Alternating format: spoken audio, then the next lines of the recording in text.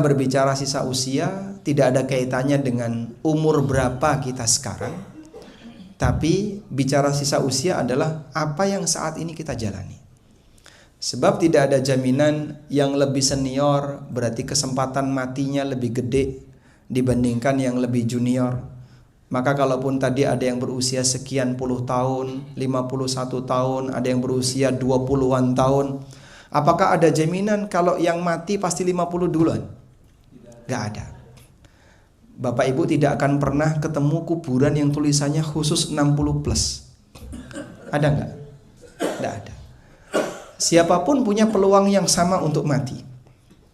Sehingga kalau kita membahas tentang perbaiki dirimu di sisa usiamu, jangan Anda berpikir nunggu tua.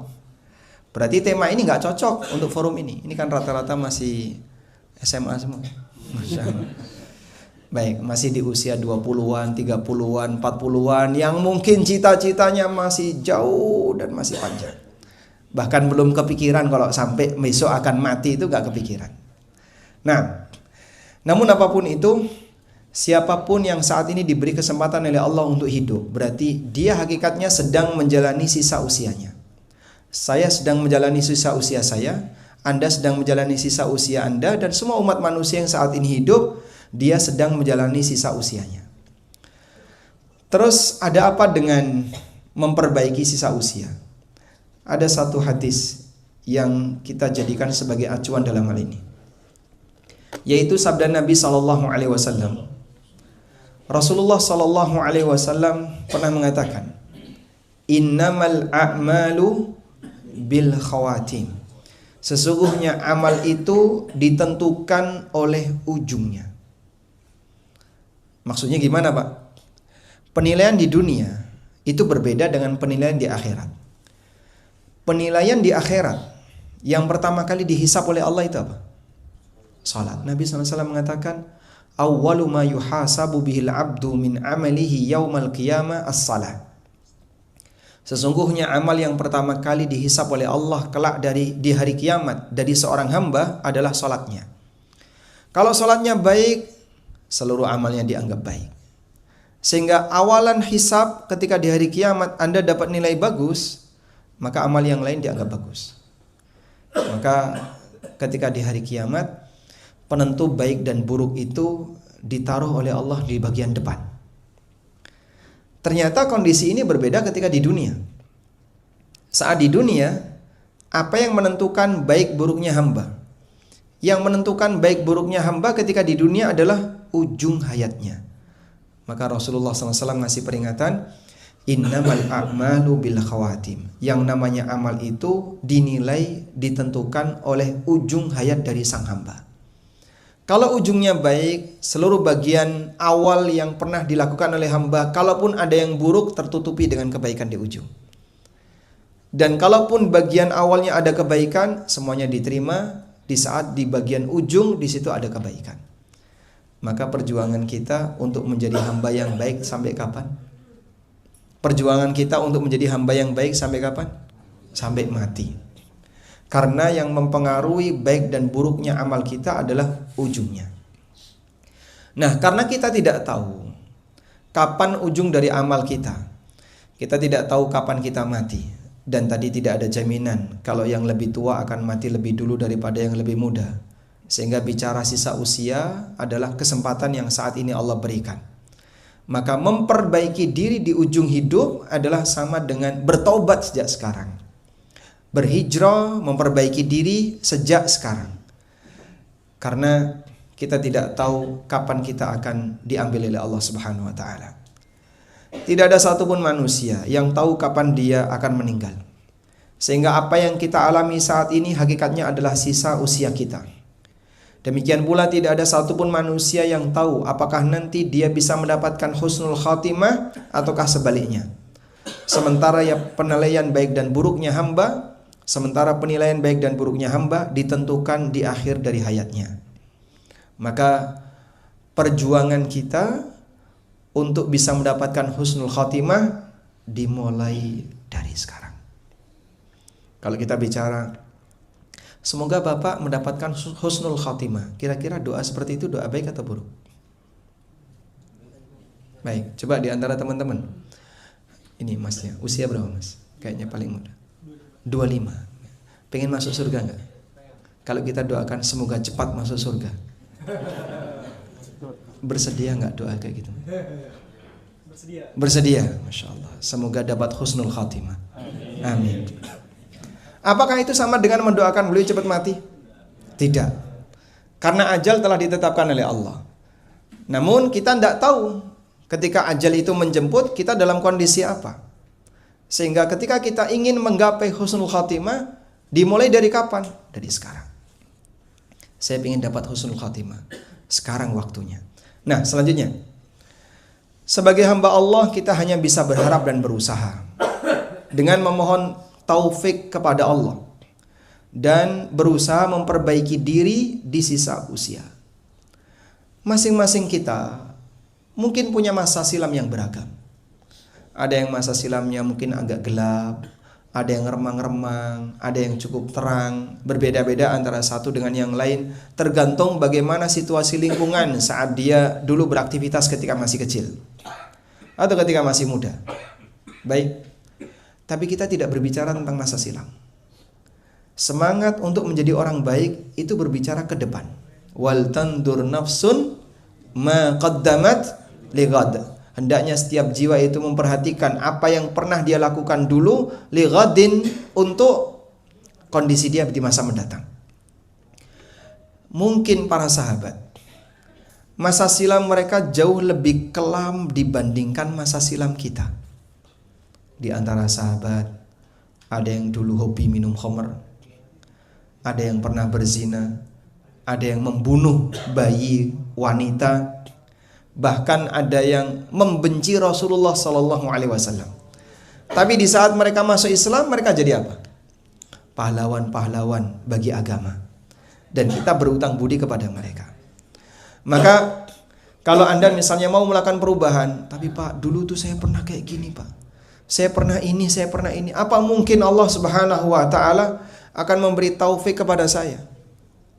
Sudahlah, kalau bicara masa silam, saya punya masa silam, Anda juga punya masa silam, para sahabat juga punya masa silam, semuanya punya masa silam. Tapi perjuangan kita bukan tenggelam memikirkan masa silam, namun bagaimana kita bisa memperbaiki diri untuk menjadi yang terbaik di ujung usia kita.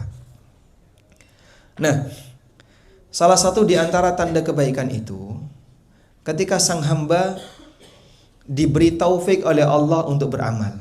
Di sini ada sebuah hadis dari sahabat Anas bin Malik radhiyallahu anhu.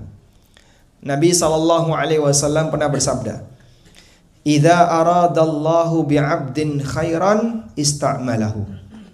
Apabila Allah menghendaki kebaikan bagi hamba, maka Allah akan mempekerjakannya.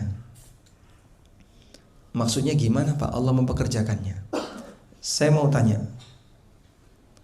punya kerjaan dengan gak punya kerjaan itu lebih baik yang mana Pak?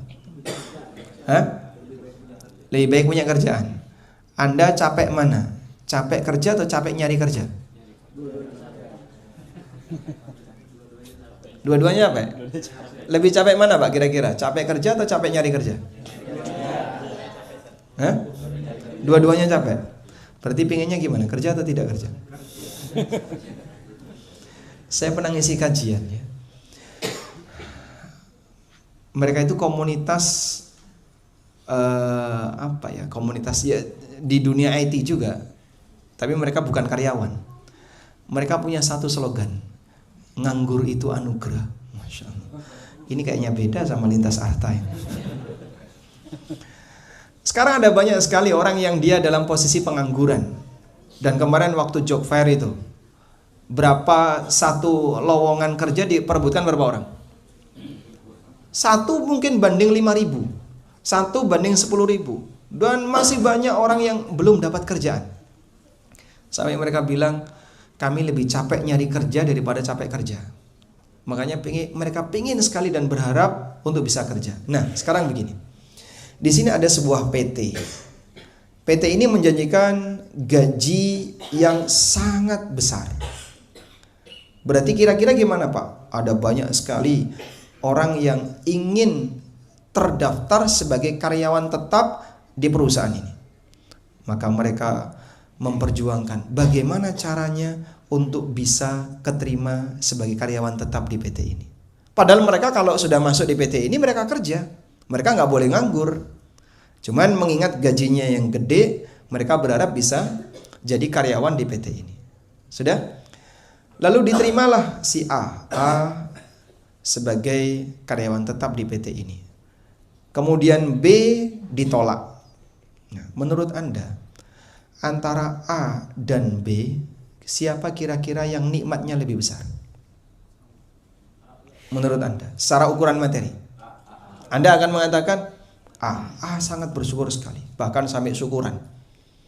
Sehingga dia undang tetangganya, alhamdulillah saya diterima di PT ini. Nanti akan mendapatkan gaji sekian per bulan dan seterusnya. Dia akan sangat berterima kasih, dia senang ketika diterima di situ. Baik, masyarakat kita akan menganggap bahwasanya A ini orang yang beruntung. Sementara B, A beruntung, B gagal. Sudah? Baik. Ilustrasi ini ilustrasi kehidupan dunia. Sekarang saya akan bawa Anda kepada ilustrasi agama. Allah Subhanahu wa taala menyediakan agama.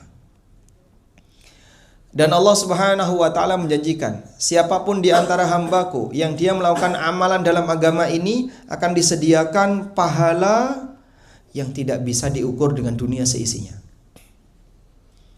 Sehingga surga yang Allah sediakan gak bisa diukur dengan dunia seisinya. Sudah? Dan Allah Subhanahu wa taala mengundang para hambanya, silahkan kalian beramal di agama ini. Baik yang sifatnya ibadah mahdhah maupun yang sifatnya bukan ibadah mahdhah. Ada banyak sekali macam-macam amal yang Allah sediakan. Siapa yang pengen amal A, ada. Yang pengen amal B, ada. Ada banyak sekali variasi amal yang Allah sediakan.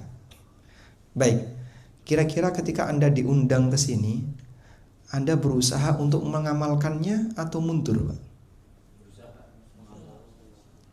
Saya ulang ya. Kira-kira kalau Anda diberi kesempatan untuk beramal di agama ini dengan janji pahala, terus kapan Pak janji pahala ini bisa saya dapatkan? Nggak kelihatan sekarang. Nggak kelihatan. Sebagai ujian dari Allah Ta'ala, sejauh mana hamba ini bisa bersabar. Allah kasih undangan kepada kita semuanya. Siapapun yang mau beramal dapat pahala. Dan untuk bisa diterima sebagai hamba yang beramal, cukup dengan satu syarat, Muslim. Udah. Kalau belum beriman, dia harus masuk Islam dulu dengan bersyahadat. Anda semuanya masuk di situ. Sudah? Persyaratan itu ada. Berarti kira-kira Anda ingin mengerjakan itu atau tidak? Ya? Normalnya dengan perhitungan manusia yang dia berharap pahala, ingin atau tidak? Ya. Tadi setelah sholat duhur, yang sholat ba'diyah duhur berapa orang? Yang ba'diyah duhur. Dari sekian banyak ini bisa dihitung jari ya. Mungkin 5 orang, 6 orang. Ada kesempatan, kenapa tidak dilakukan? Mau kajian Pak Ustaz, alhamdulillah. Selesai kajian, tiduran Pak Ustaz, istirahat sebentar. Kenapa orang begitu malas untuk di bagian ini? Alasannya sama seperti yang di atas. Jadi kenapa B ini ditolak? Karena PT nggak butuh B. PT ini nggak butuh B. Dan PT ini tidak suka dengan B. Dia lebih suka sama A, maka A diterima. Dan tidak suka dengan B, sehingga B ditolak. Paham di sini? Ketika Allah Subhanahu wa ta'ala mengajak kepada para hambanya, ayo beramal. Lalu A berhasil beramal, B tidak mau beramal. Tidak beramal bukan berarti yang bersangkutan diusir dari agama, tidak. Tapi dalam hatinya tidak ada semangat untuk beramal. A dalam hatinya ada semangat untuk beramal. Berarti kira-kira gimana? A ataukah B yang lebih dicintai Allah? Hah? A. Di saat inilah Anda akan mengatakan A ini beruntung. Kenapa A beruntung? Diberi taufik oleh Allah untuk beramal. Sementara B ini orang yang gagal. Kenapa gagal? Dia tidak diberi taufik oleh Allah untuk beramal.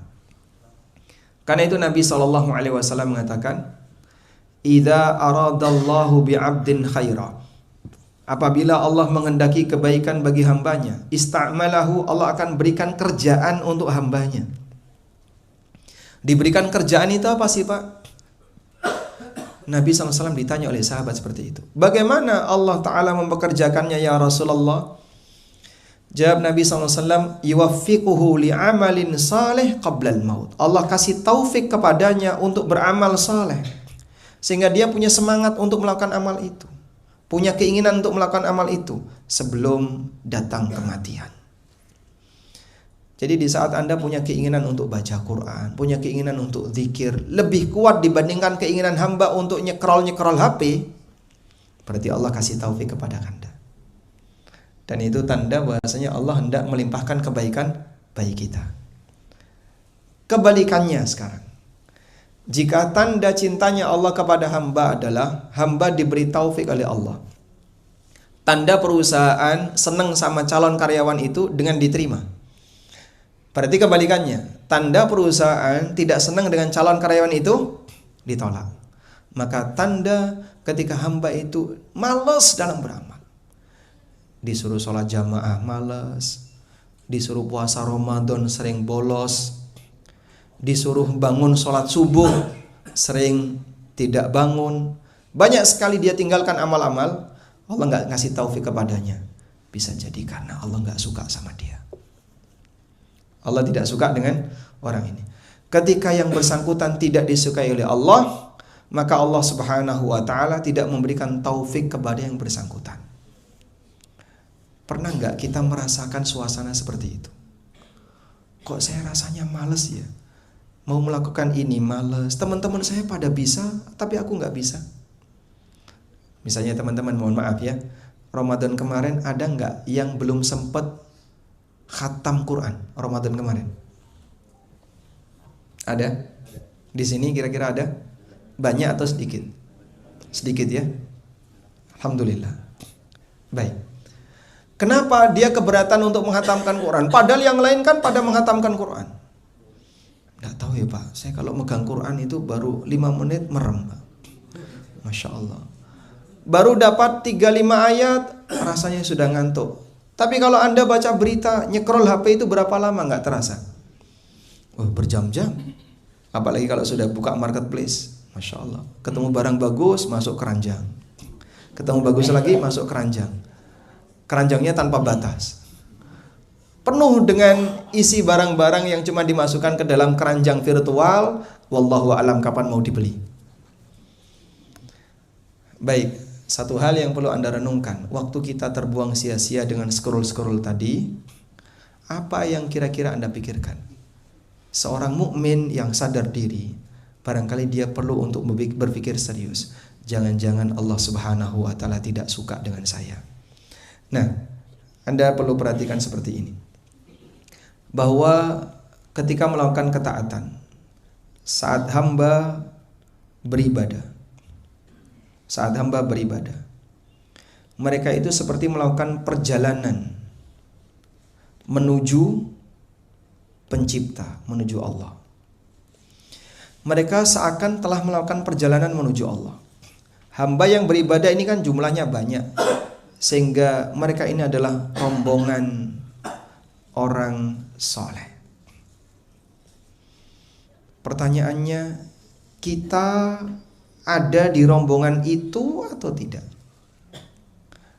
Kalau Anda tidak berada di rombongan ini, berarti bisa jadi Allah Subhanahu wa Ta'ala tidak ingin kita berada di tengah orang-orang baik. Makanya kita ditaruh di luar. Kamu jangan ikut sama mereka. Kamu gak pantas ikut bergabung dengan rombongan orang baik. Coba Anda lihat ayat berikut ini. Allah Subhanahu wa Ta'ala menceritakan tentang kondisi orang munafik. Kondisi orang munafik Allah ceritakan di surat At-Taubah ayat 46. Walau aradul khuruja la'addu lahu uddatan walakin karihallahum bi'athahum fathabbatahum wa qila qa'udu ma'al qa'idin. Walau aradul khuruja, kalau orang munafik itu serius mau ikut jihad, la'addu lahu uddatan, Seharusnya mereka persiapan. Coba lihat di lanjutan ayat, kalimatnya gimana? Walakin karihallahum bi'athahum fathabbatahum. Namun Allah nggak suka mereka ini ikut berangkat bersama rombongan sahabat. Fathabbatahum, sehingga Allah buat mereka malas untuk bangkit berangkat jihad. Sehingga ayat ini memberikan gambaran kayak tadi. Orang yang sedang beribadah kepada Allah, jumlahnya banyak sekali. Di kota Mekah itu banyak sekali, di kota Madinah banyak sekali, di pesantren-pesantren yang ada di Indonesia banyak sekali. Mereka berbondong-bondong menuju ketaatan kepada Allah dengan melakukan aneka ibadah. Sehingga mereka rombongan untuk melakukan perjalanan menuju Allah. Terus, Pak, rombongan itu kan tempatnya beda-beda. Iya, betul. Semuanya tempatnya beda-beda. Ada yang di Mekah, ada yang di Madinah, ada yang di Indonesia, ada yang di negara yang lain. Tapi semuanya tujuannya sama, Allah. Maka di saat kita tidak ikut dalam kegiatan itu, berarti kita tidak terlibat dalam rombongan. Orang yang sedang beribadah itu sedang melakukan perjalanan menuju Allah. Kamu ketika tidak terlibat di situ, berarti kamu tidak ada dalam rombongan tadi. Coba lihat ayat tadi. Walakin karihallahum bi'athahum, namun Allah tidak suka mereka ikut dalam rombongan, fathabbatahum, sehingga Allah buat mereka itu malas untuk melakukannya. Nah, jadi di sini jika Anda malas, ini apa? Tanda Allah tidak suka. Coba kalau Allah sudah nggak suka, apa ada peluang untuk bisa memperbaiki diri? Sebabnya apa Pak? Allah nggak suka sama kita, Pak. Ya tentu saja ada sebabnya. Dan terutama yang terjadi adalah karena kita banyak maksiat. Kita lebih mendahulukan hawa nafsu dibandingkan dengan panggilan Allah. Sederhana saja, ketika adzan dikumandangkan, Anda lebih setia dengan HP daripada mendatangi panggilan adzan, terutama yang bapak-bapak, yang laki-laki. Yang ibu-ibu sudah datang waktunya sholat, tapi tetap dia lebih melayani dirinya untuk rebahan dibandingkan harus bangkit mengambil air wudhu, dan seterusnya. Mulai dari sebuah kesalahan kecil, namun kemudian menjadi kebiasaan. Akhirnya Allah Subhanahu wa taala mengunci hatinya sehingga sulit bagi dia untuk mau berubah. Sesungguhnya yang namanya dosa itu berawal dari sesuatu yang ringan, mini habit. Sebagaimana ibadah juga berawal dari sesuatu yang ringan, mini habit. Ketika Anda membiasakan hal kecil untuk berbuat baik, segera menyambut panggilan, merespon panggilan, di saat itulah Allah Subhanahu wa taala akan memberikan kehidupan hati bagi kita. Coba lihat ayat ini. Allah Subhanahu wa taala berfirman di ayat yang lain.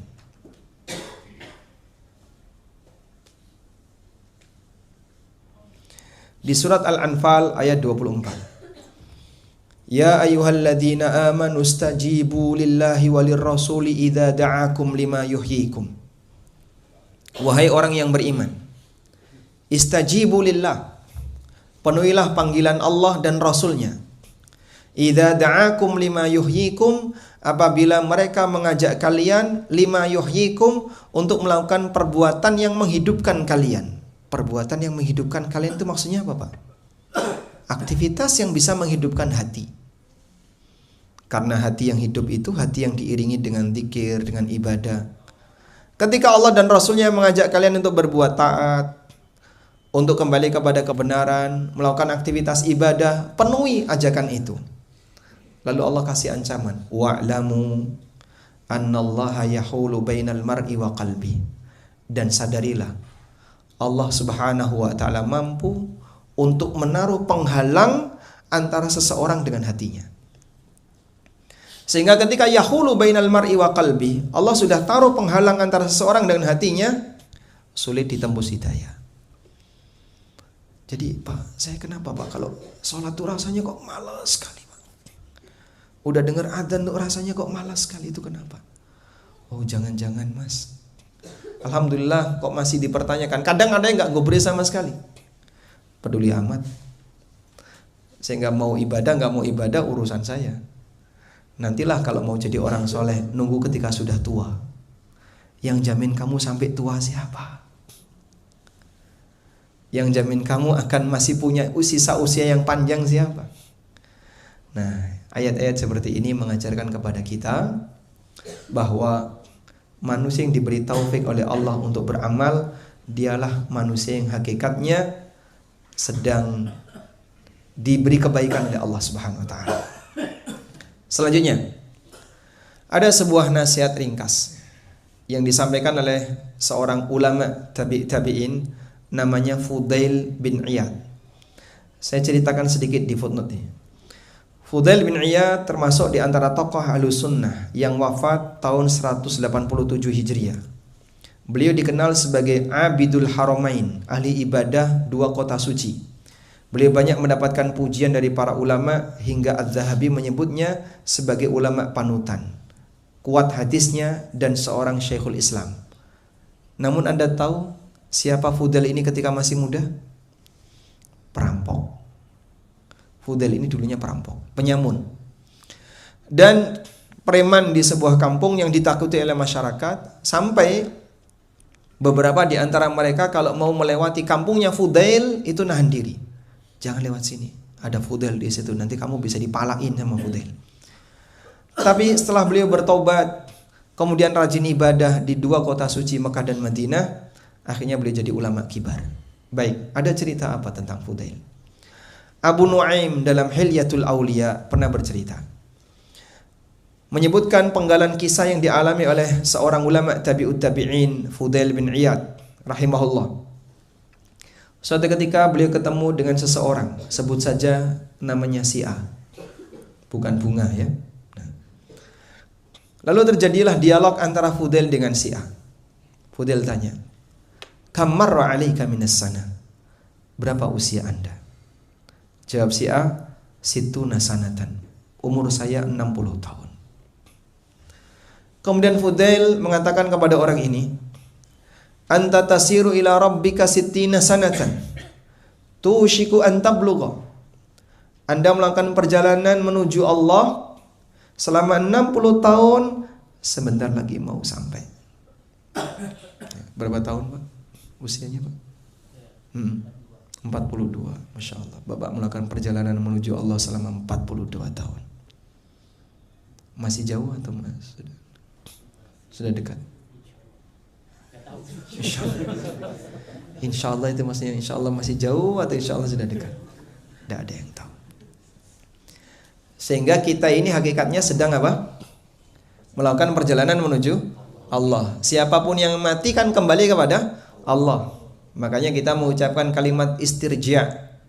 Inna lillahi, sesungguhnya kita ini milik Allah, wa inna ilaihi rajiun, dan kita akan kembali kepadanya. Udah? Karena itu siapapun yang hidup, hakikatnya dia sedang melakukan perjalanan menuju Allah. Nah, perjalanan ini perjalanan yang sangat melelahkan. Baik, Bapak merasakan gak hidup di dunia ini capek? Capek? Nah, coba yang ngantuk siapa ini? Coba saya tanya. Yang ngantuk, boleh ditanya Pak.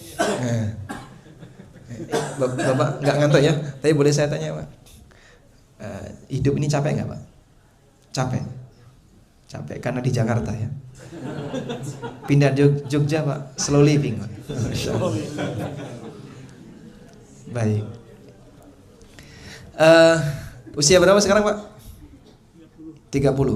Kalau sekiranya Bapak dikasih usia 200 tahun, bersedia nggak? Kelamaan. Nanti bisa ganti istri.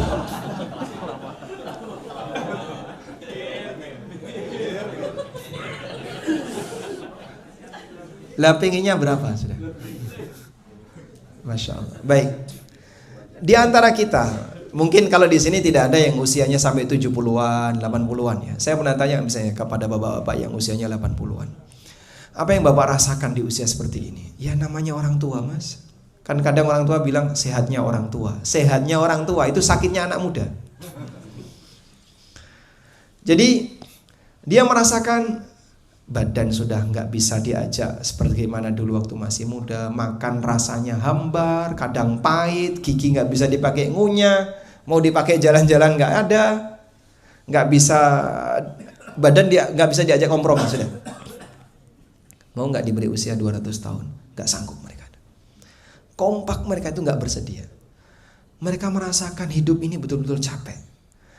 Allah Subhanahu wa taala mengatakan, "Ya ayyuhal insan, innaka kadihun ila rabbika kadhan famulaqi." Wahai manusia, sesungguhnya kamu itu betul-betul capek. Innaka kadihun ila rabbik, kamu betul-betul capek ila rabbik dalam melakukan perjalanan menuju Rabbmu. Famulaqi, sampai kamu ketemu dia. Maksudnya sampai mati. Jadi perjalanan hidup ini capek karena kita hidup di dunia, nikmatnya bercampur musibah. Kalaupun seneng pasti ada duka. Sehingga Allah Subhanahu wa taala berikan kepada kita musibah lahir batin. Nggak ada ceritanya. Presiden itu pernah nggak sakit hati? Hah? Walaupun presiden, orang tertinggi di sebuah negara, hah? Pernah? Atau sering? Pejabat pernah nggak dia mengalami sakit hati? Nah, manusia mengalami seperti itu. Tidak ada orang yang hidup di dunia nol musibah, itu tidak ada. Semuanya pasti mengalami musibah. Nah, di capeknya hidup seperti itu, Fudail menyampaikan, dengan usia yang Allah berikan kepadamu, berarti kamu melakukan perjalanan menuju Allah selama sekian puluh tahun, sebentar lagi mau sampai.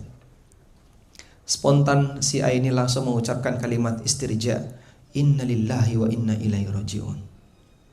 Lalu Fudail tanya, tahu kamu apa maknanya inna lillahi wa inna ilaihi rajiun? Orang itu mengatakan, tolong jelaskan kepada kami.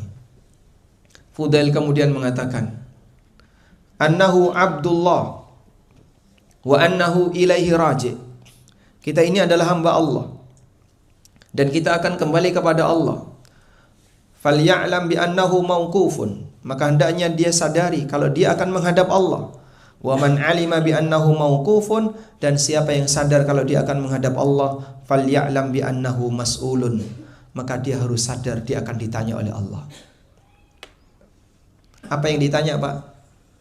Nabi SAW pernah mengatakan, la tazulu qadama 'abdin yaumal qiyamah, kaki seorang hamba tidak akan geser sampai dia ditanya oleh Allah. 4 hal yang ditanya. Apa saja itu, Pak? Coba saya lihatkan hadis ini.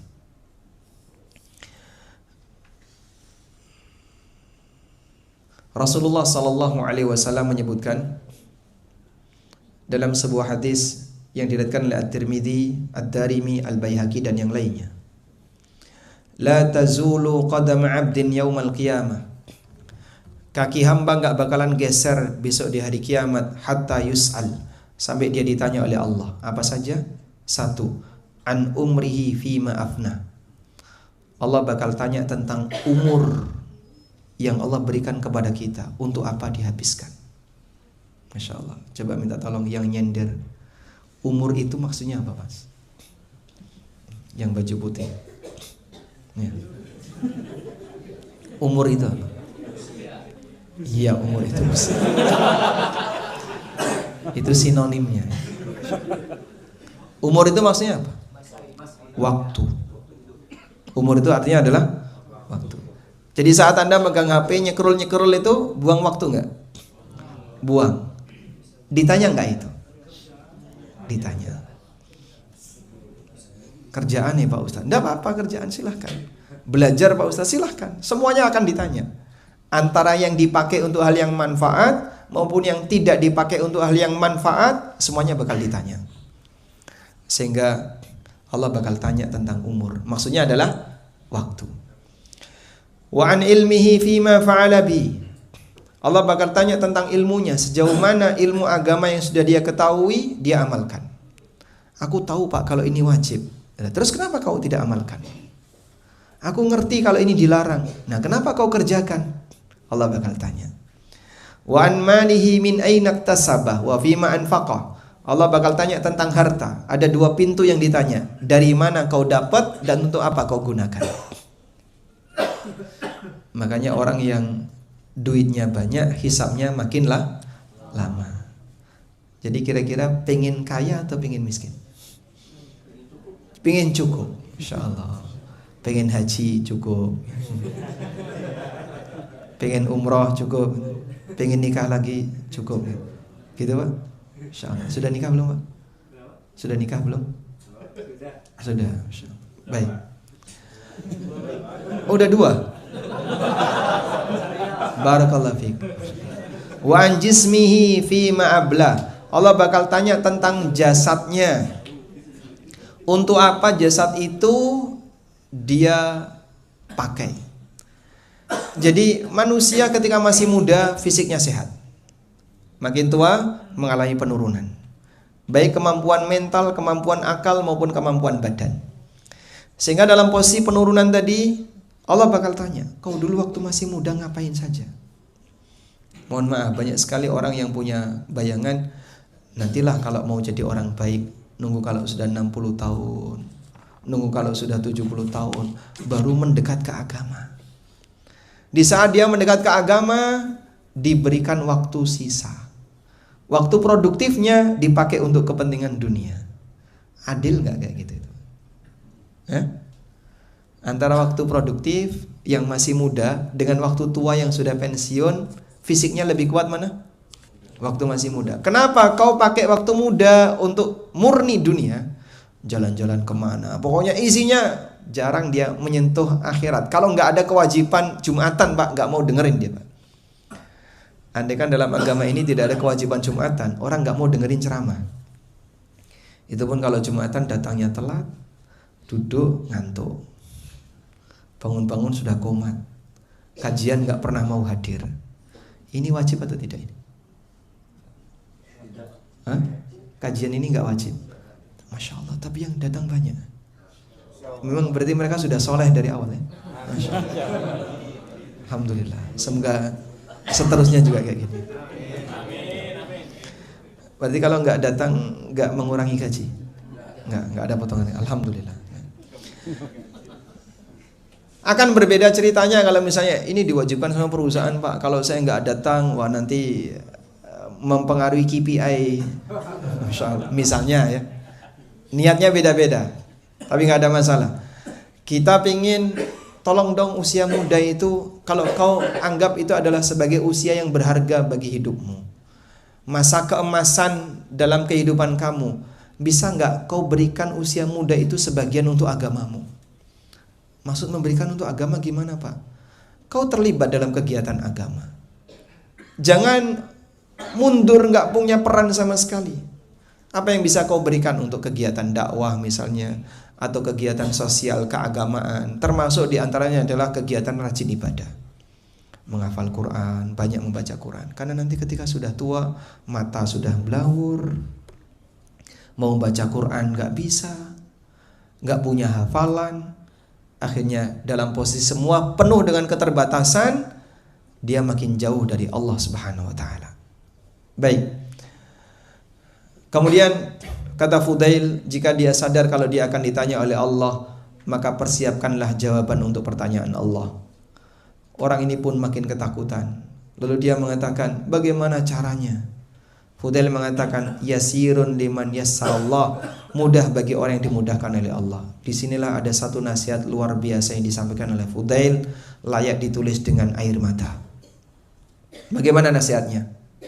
Beliau mengatakan, kalau kamu ingin jadi orang baik di penghujung hidupmu, tuhsin fima baqiya, yughfar laka ma madha wa ma baqiya, fa innaka in asa'ta fima baqiya ukhitta bima madha wa ma baqiya.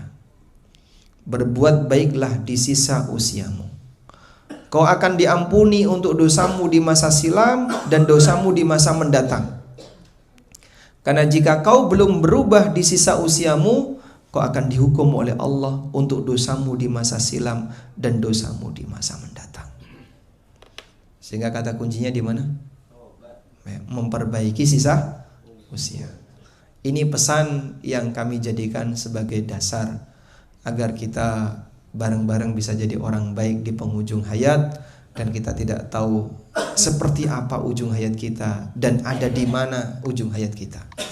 Maka kita berusaha untuk memperbaiki diri. Dan yang terakhir di sini ya, banyak berdoa kepada Allah agar diwafatkan sebagai muslim ahlu sunnah.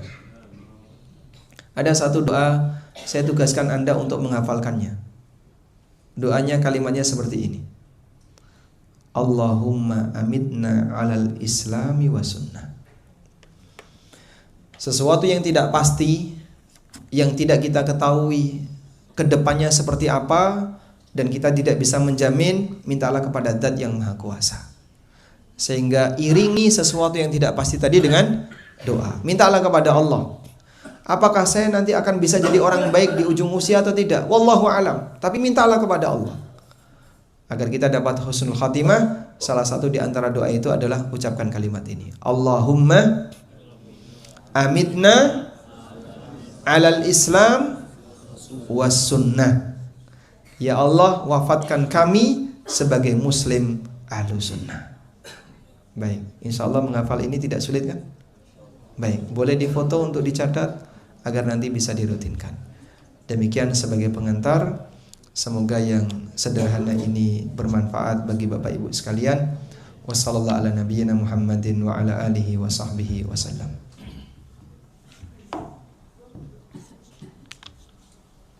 Alhamdulillah, syukurillah. Syukuran Ustaz Amin Nurbais, Bismillah. Kita sudah diterangkan beberapa tentang makna lebih dalam perihal tentang sisa hidup kita, apa yang kita persiapkan dan apa yang kita rencanakan, dan perubahan apa yang kita mulai saat ini. Baik rekan sekalian, kita buka pertanyaan 3 pertanyaan untuk rekan-rekan sekalian, Bapak Ibu, juga untuk Indosat Group yang hadir di Microsoft Teams, bisa untuk raise hand, dan barangkali ada rekan-rekan yang ingin bertanya tapi malu untuk speak up, bisa ditanyakan, bisa di chat ke Mas Bagus di WhatsApp. Oke. Barangkali ada yang ingin bertanya, silakan. Silakan Ustaz.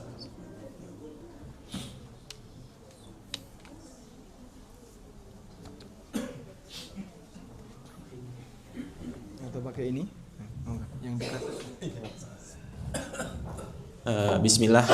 Assalamualaikum Ustadz. Waalaikumsalam.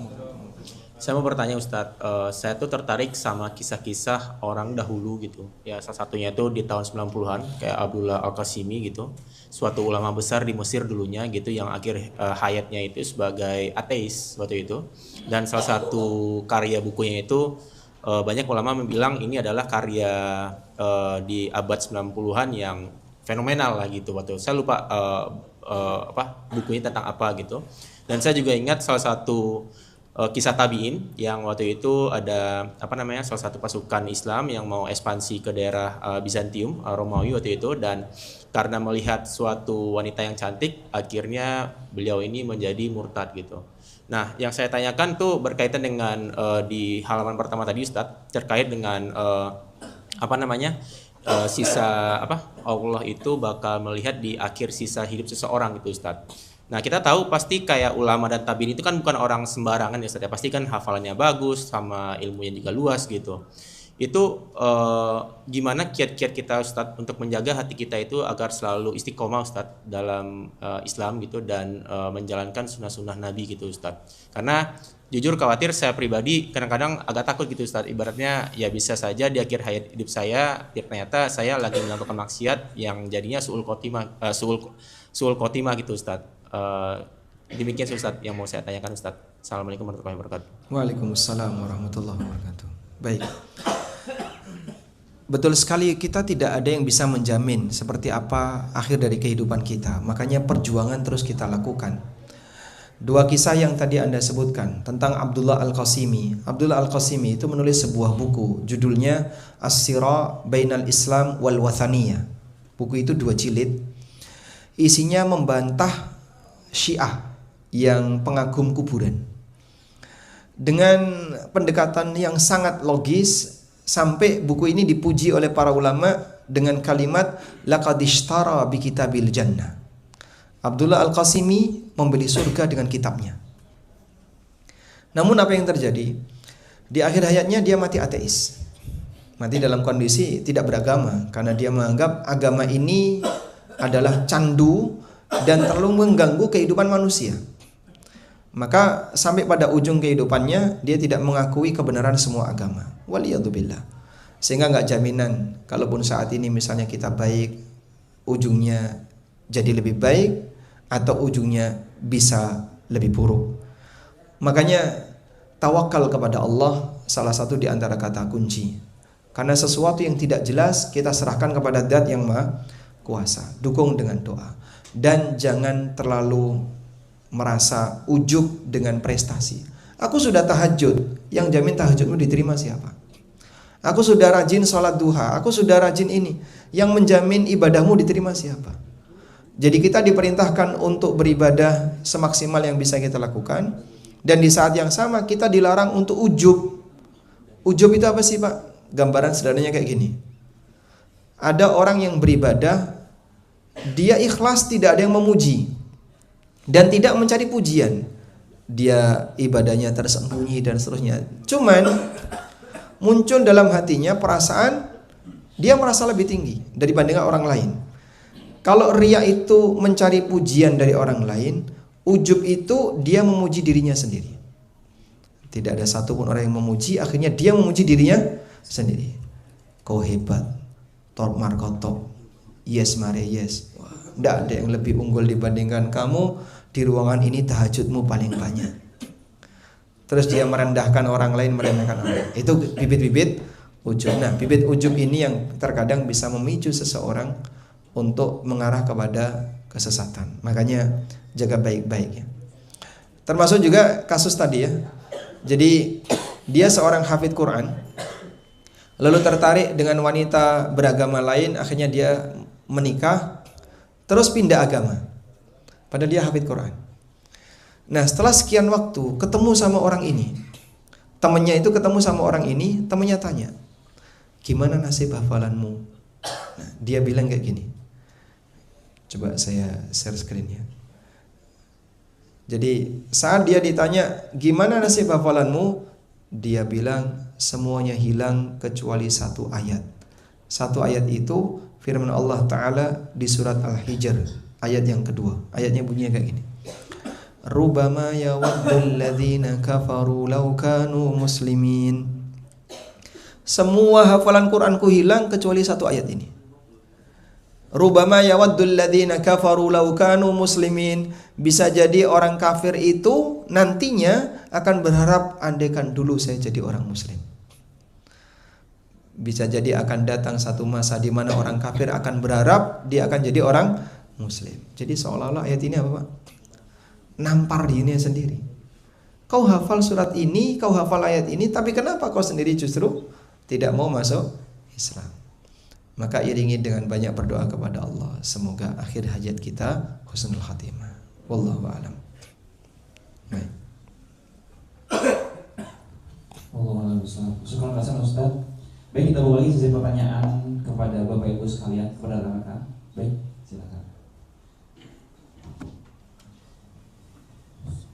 Bismillah. Assalamualaikum warahmatullahi wabarakatuh. Waalaikumsalam warahmatullahi wabarakatuh. Mohon izin Pak, sebut nama. Sama bagian. Nama saya Marona dari Procurement. Yang menjadi pertanyaan saya terkait dengan situasi sehari-hari lah Ustaz ya. Tadi disampaikan bahwa di sisa umur kita ini kita harus berbanyak berbuat kebaikan gitu ya. Pun yang saya pahami juga dengan apa saja yang kita makan dan berikan kepada keluarga juga harus sesuatu yang penuh dengan kebaikan. Nah, korelasinya dengan situasi di kantor kami gitu Ustaz ya. Saat ini mungkin gitu ya, bukan saat ini, menjelang beberapa waktu lagi nanti kita akan diberikan suatu SHU namanya Ustaz. SHU itu sisa hasil usaha ya dari koperasi di kantor kami. Jadi di kami itu ada simpanan wajib yang para karyawan ikut memberikan subsidinya atau menyisakan memberikan sisa gajinya gitu ya. Nah, Kemudian ini sebenarnya mau tanya tegas tapi beliau belok dulu. Karena mungkin sensitif bagi yang lain. Iya. Jadi enaknya gimana nih, Pak? iya, makanya ini saya kasih preambulnya Ustaz. Kemudian yang saya pahami di SHU yang diberikan koperasi kantor kami itu maaf, mungkin di usaha yang diberikan koperasi itu ada yang simpan pinjam dan non simpan pinjam, gitu ya Ustaz. Nah, yang saya pahami, saya pernah mendapatkan informasi dari pengurusnya gitu ya, bahwa bagi yang tidak ikut simpan pinjam, SHU-nya itu clear dari laba dari simpan pinjam, gitu ya. Jadi laba dari simpan pinjam diberikan kepada anggota yang ikut bertransaksi simpan pinjam. Yang dominan antara yang simpan pinjam dengan non simpan pinjam? Kalau yang saya tanyakan itu waktu itu pernah diberikan dari all SHU itu hanya 1% Ustaz, yang laba simpan pinjam. Simpan pinjam hanya 1%. Labanya, iya, dari total SHU yang akan diberikan. Berarti yang 99% usaha non simpan pinjam. Nah, bagaimana kita memisahkan SHU itu cukup sensitif nih Ustaz. Nah, gimana? Atau gini, mau dilanjut? bagaimana caranya kita memanfaatkan sisa SHU itu untuk yang kita pakai non-simpan untuk sehari-hari gitu? Apakah boleh atau tidak Ustaz? Mungkin itu dulu Ustaz. Assalamualaikum warahmatullahi wabarakatuh. Waalaikumsalam warahmatullahi wabarakatuh. Baik. Insya Allah menjawab pertanyaan ini tidak menyinggung yang lain ya. Nggak masalah ya. Oh, menyinggung.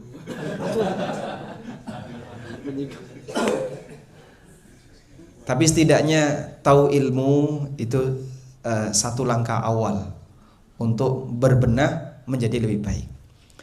Ada beberapa dosa dalam masalah muamalah ya. Dan salah satu di antara dosa besar dalam masalah kegiatan muamalah, kegiatan transaksi yang dilakukan oleh manusia adalah riba. Seperti apa dosa riba? Dalam surat Al-Baqarah Allah berikan tantangan perang. Allah Subhanahu wa taala berfirman, "Fa illam taf'alu fa'dzanu biharbim minallahi wa rasuli." Kalau kamu tidak mau meninggalkan dosa riba, maka umumkan untuk perang dengan Allah dan Rasulnya. Kebayang gak sih seorang hamba perang dengan Allah dan Rasulnya? Kayak apa? Yang tentu saja bukan senjata lawan senjata. Tapi di sini menggambarkan apa yang dibutuhkan oleh hamba kelak di yaumil qiyamah. Dia butuh ampunan dari Allah, kasih sayang Allah. Namun bagaimana yang terjadi ketika sang hamba itu ditantang perang oleh Allah? Kira-kira peluang untuk mendapatkan ampunan berapa persen? Dalam posisi dia ditantang perang oleh Allah, kita semua akan mengatakan, wallahu a'lam Pak, kecil sekali mungkin. Makanya dosa ini dinilai oleh Imam Malik rahimahullah sebagai dosa yang lebih besar dibandingkan minum khamr. Dan Nabi SAW menyebutkan, istanibus sab'al mubiqat, jauhilah 7 dosa yang membinasakan. Salah satunya kata beliau adalah wa aklur riba, makan riba. Nah, riba itu ada batasannya. Seperti apa batasannya? Ada kaidah yang disampaikan oleh sahabat Fudalah bin Ubaid radhiyallahu anhu. Beliau mengatakan, kullu qardin jarra naf'an fahuwa riba. Semua transaksi utang piutang yang menghasilkan manfaat, yang menghasilkan keuntungan, maka keuntungan itu adalah riba. Sehingga ketika si A utang dari siapapun, baik lembaga, koperasi ataupun individu, lalu dari situ dia memberikan kelebihan, maka status kelebihan tadi riba berdasarkan kaidah ini. Dan selanjutnya ketika kelebihan itu dibagikan kepada para pemegang saham atau para anggota yang ikut serta dalam anggota koperasi tadi, berarti riba tadi mengalir ke sana. Anda sebagai penerima SHU maka perlu untuk menyisihkan Kalau tadi dikatakan 1% keuntungan dari hasil simpan pinjam, nah, berarti keuntungan 99% halal, yang 1% sisihkan. Terus gimana Pak? Boleh dikasihkan ke kegiatan sosial, untuk fasum atau yang lainnya, sehingga Anda tidak menikmati hasil dari riba itu. Berarti kurang lebih penjelasan ringkas. Dan jangan takut untuk mengenal Pak. Syariat ini Allah turunkan bukan untuk merusak kehidupan, bukan untuk merepotkan diri kita, tapi untuk memperbaiki diri kita dan memperbaiki kehidupan. Kadang ada orang yang jangan singgung itulah, itu sensitif, saya nggak mau dengar kayak gitu. Sampai kapan kita akan berubah kalau dengar saja kita nggak mau?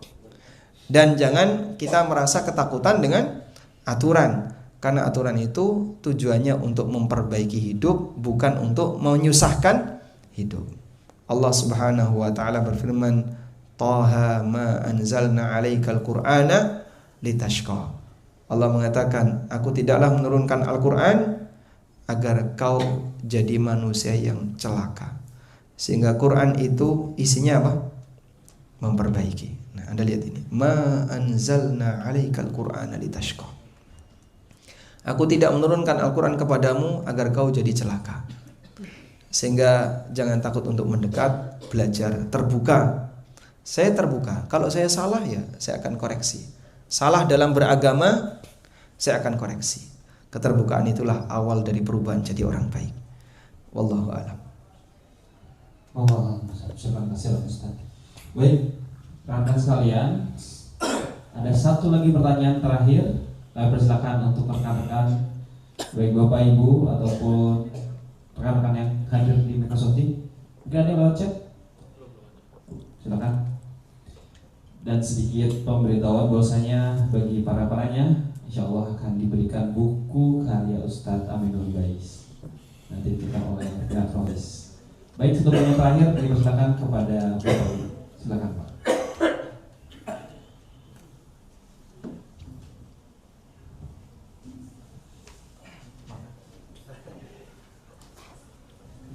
Terima kasih. Assalamualaikum warahmatullahi wabarakatuh.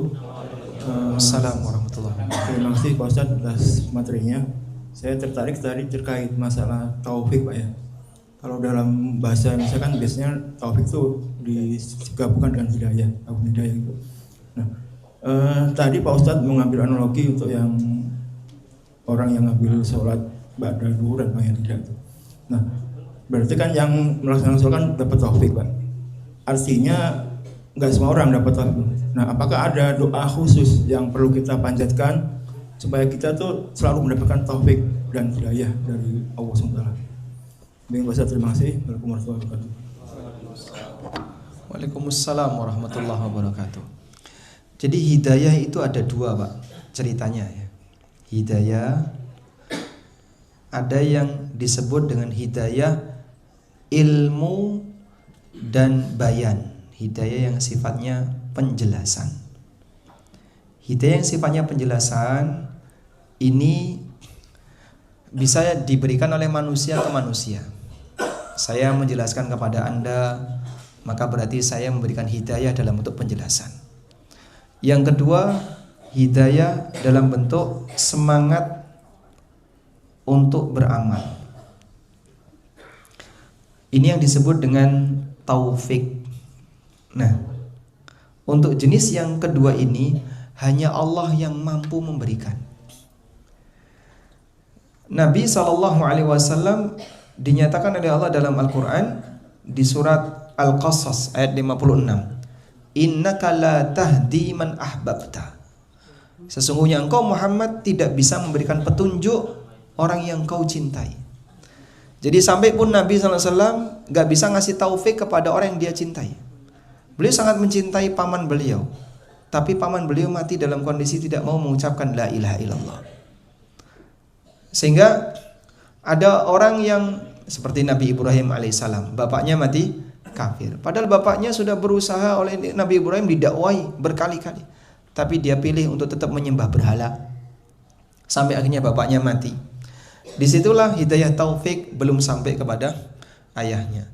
Maka ada hidayah berupa penjelasan sudah sampai, tapi hidayah taufik belum sampai. Orangnya belum mau berubah. Nah, doa apa yang bisa kita baca agar kita bisa mendapatkan limpahan hidayah? Insya Allah Bapak Ibu sudah sering membacanya. Ihdinas siratal mustaqim. Satu. Doa yang lain Pak Ustadz, itu kan sudah sering saya baca. Ya muqallibal qulub, tsabbit qalbi ala dinik. Hafal insya Allah. Jadi doa yang diajarkan Nabi SAW bukan doa yang rumit, bukan doa yang sulit untuk dihafal. Sering kita baca dan mudah dihafal. Tinggal serius untuk dilantunkan dan dirutinkan. Wallahu a'lam.